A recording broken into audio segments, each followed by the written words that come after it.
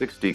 Miles Kristen joining us from the great state of Wisconsin, the battleground state, where, as I mentioned earlier in the show, Trump won it in 2016 when he won the election. When in 2020, when he lost, whether you believe it was a legitimate loss or not, Wisconsin went with Biden. Welcome to the show, Miles. Thank you. Thank you for having me.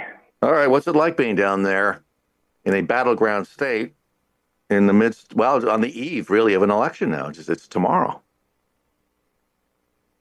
We are probably the least important of the 5 or 6 battleground states, being that we only have 10 electoral points, and places like Michigan have 16, and I want to say Pennsylvania has 19, and there's been a lot of focus on Madison, Wisconsin specifically. I mean, we had Kamala Harris has had 2 events where she's attended in Madison. She's also attended in Milwaukee, and there's been Obama and Waltz, and there's been so much focus on getting out the vote in Madison, Wisconsin, and it is just very bizarre that they're spending so much time here. The messaging by the campaign has just been terrible.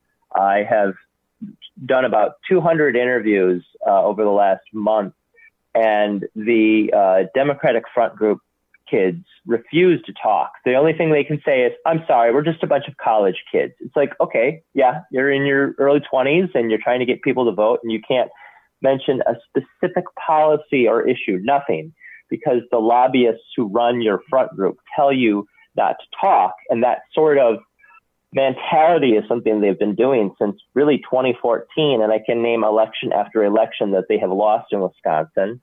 But yeah, Trump was the only Republican to win Wisconsin since Ronald Reagan in 1984. It has gone Democrat every single time. And I do think it's very possible that Trump will win the state of Wisconsin. I guess the big question is, are the polls right when they say it's very tied? Because if it's really actually tied, I can see how a certain particular political party is able to press their thumb on the scale and make their party win. But I also think it's very possible that the polls are as wrong as they were in 2016, and Trump might be nationally winning. Yeah, there's talk that he will win the popular vote, which would really be something. It would be harder, I think, to rig it when you also look at just the sheer volume of Trump support right across the country, including Wisconsin. So you're seeing a lot of Trump supporters out there. I mean, I guess you take your life in your hands if you were to try that in Madison. Certain areas in Madison, it's a college town, isn't it? So you get a lot of kids, hardcore leftists, but you know, Madison isn't indicative necessarily of the rest of the state, is it? You go outside Madison, it's a different. I've seen more conservative Trump support in Madison and Dane County than ever before. I attended in a rally that Tulsi Gabbard and RFK were speaking at, and a week before that, I attended an event where Tulsi was speaking, and I ended up interviewing the Republican senatorial candidate Hovde. I ended up interviewing Matt Gaetz, and what was really weird about these events was I'd go in and they were openly talking to anybody. They weren't reluctant to talk, but they weren't, doing this whole, like, we're not talking a press thing. And it was free and open to the public. In fact, one of the Republican events had like free beer, free wine, free food. And then the most recent Kamala event, it was like, you have to have a ticket to attend the event. And they don't even tell you where and when it's going to be till literally an hour before the events happen. Whereas with the conservative events, they're like, it's going to be here at this place at this time. I don't support Trump or Kamala.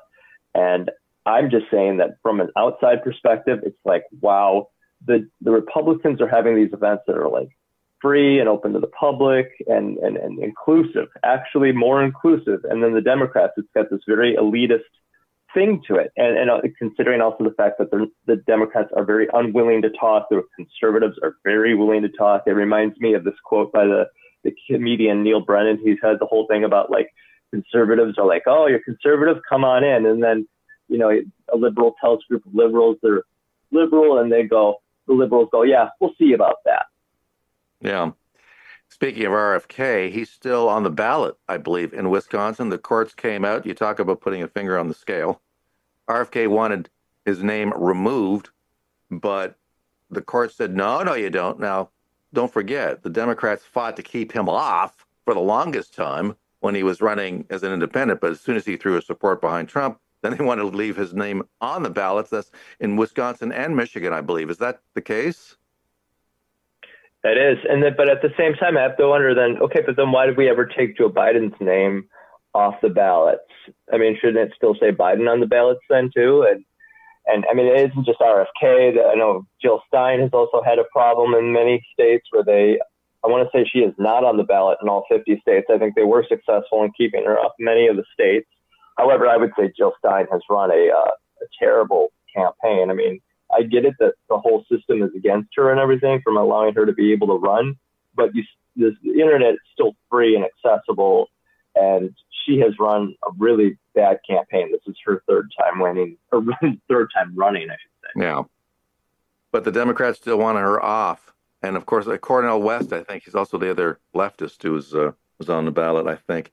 But hold on, we've got lots more to talk about. Go ahead. Miles, just don't go away if you can hang in. You were listening to the Mark Petroni radio program, heard exclusively on News Talk Saga 960. Back with more News Talk Saga 960, the Monday edition of the Mark Petroni Show. Appreciate you tuning in. I don't know how many people caught Kamala Harris on Saturday Night Live. Let's listen. You and me both, sister. It is nice to see you, Kamala. It is nice to see you, Kamala. And I'm just here to remind you, you got this. Because you can do something your opponent cannot do. You can open doors. Really? Well, we know how she opened doors earlier on in her political career. Hello, Willie Brown. Anyway, is that going to help Kamala? I don't think that many people still watch Saturday Night Live. Well, I guess she had to do something. This post by Nick Sortor. Kamala Harris spent 3 hours rehearsing for this cringe fest on SNL. I guess the other question is whether or not they violated the Elections Act by not giving Trump equal time. I mean, nobody should be overly surprised that NBC did that, but it was just blatant and in your face. Breaking FCC commissioner, this is the Federal Communications Commission, warning that the Kamala Harris SNL skit this close to the election violates the equal time rule. The purpose of the rule is to avoid exactly this type of biased and partisan conduct. A licensed broadcaster using the public airwaves to exert influence for one candidate on the eve of an election that's a no-no. But I mean, that'll be lost in the fog of war, depending on what happens. So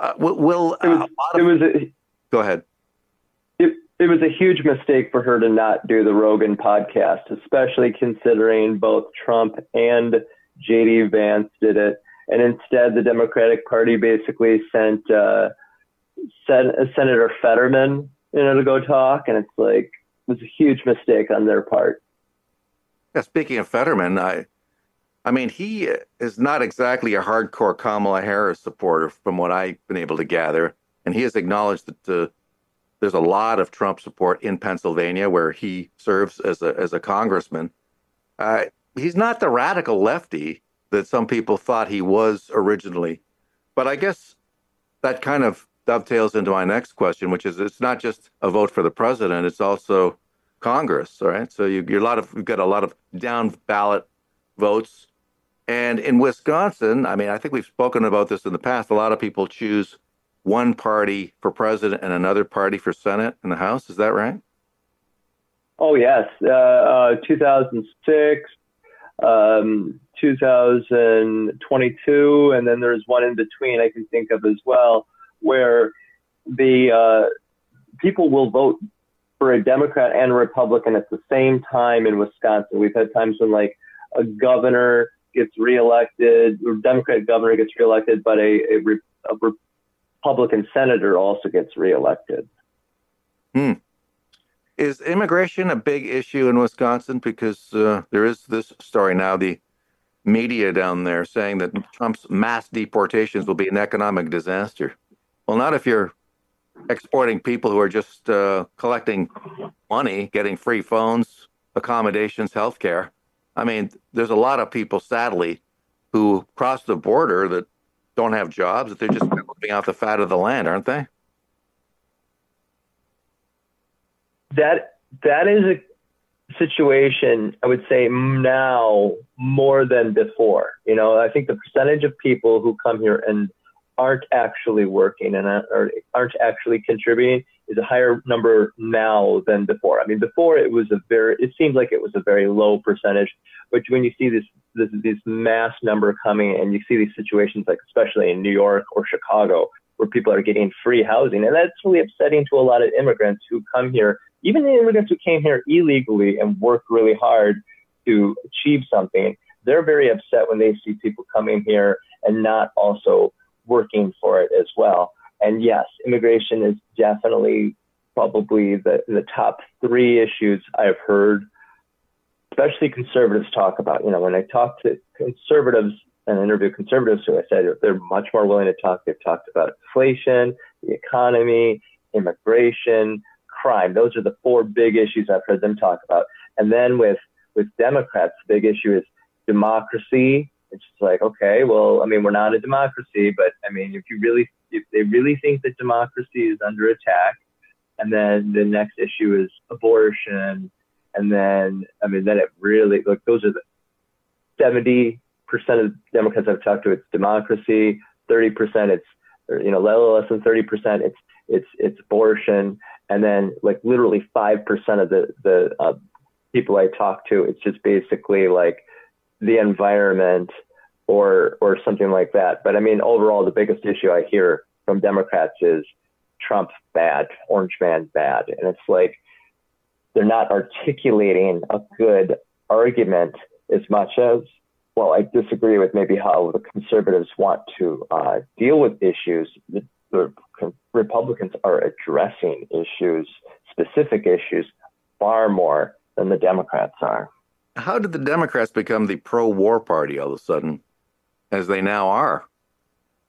I mean, that's happened. I mean, not to say that Republicans don't also fall in the same category with the neocons, but the Democrats are now big time at war. They love it. That's a great question. So what happened was in 2000s with George W. Bush, many Democrats from Hillary Clinton to Biden, Pelosi, and others were lockstep with George W. Bush and Dick Cheney and their agenda. And then when Barack Obama became president, some face issues changed a little bit. They were like pretended to be, you know, a little bit more pro-environment, things like that. But ultimately, they continued on a lot of the exact same war policies, Wall Street policies, domestic surveillance policies. You know, and then they ran Hillary Clinton in 2016, who basically was essentially the same as Dick Cheney in many ways. Her, you know, views towards war and international policy. And you also saw a lot of the neocons leave the Republican Party and become Democrats. I mean, there's so many examples from, you know, people like William Kristol and just so many neocons, so many conservatives that have jumped over to the Democratic Party. And the Democrats have had this neoconservative aggression towards Russia. I don't think Russia's great, but I think that peace is possible and negotiations are required. And yet the Democrats have had so much focus on, you know, continuing, escalating these conflicts, this aggression with Russia. Even before the conflict in Ukraine started, it was a push. And maybe it's the Tea Party, maybe it's the Libertarians. I don't know what exactly brought it out. Maybe it has a lot to do with Ron Paul, but there has been a lot more anti-war sentiment on the Republican side over the last 10 years. I think I really saw the shift with when we started getting those conflicts with the situation with Syria and Assad and everything. That's where I really started to see a shift. Republicans, where they became more interested in a prosperous economy versus, an unending war. Yeah. Thanks to Donald Trump, who was the first president in, believe, 30 years not to start a new war when he was president. And people shouldn't forget that. Maybe that's why they hate him so much. There's just too That much. is definitely the number one issue. Yeah. If Trump was pro-war the way the Democrats were, I bet the media would treat him a lot differently because Yep. the media is, of course, funded by the war industry. Yep, absolutely. Miles, thank you so much for coming on the show. It was a great interview. Appreciate it. Thank you for having me. Miles Christin coming to us from the great state of Wisconsin, Madison area.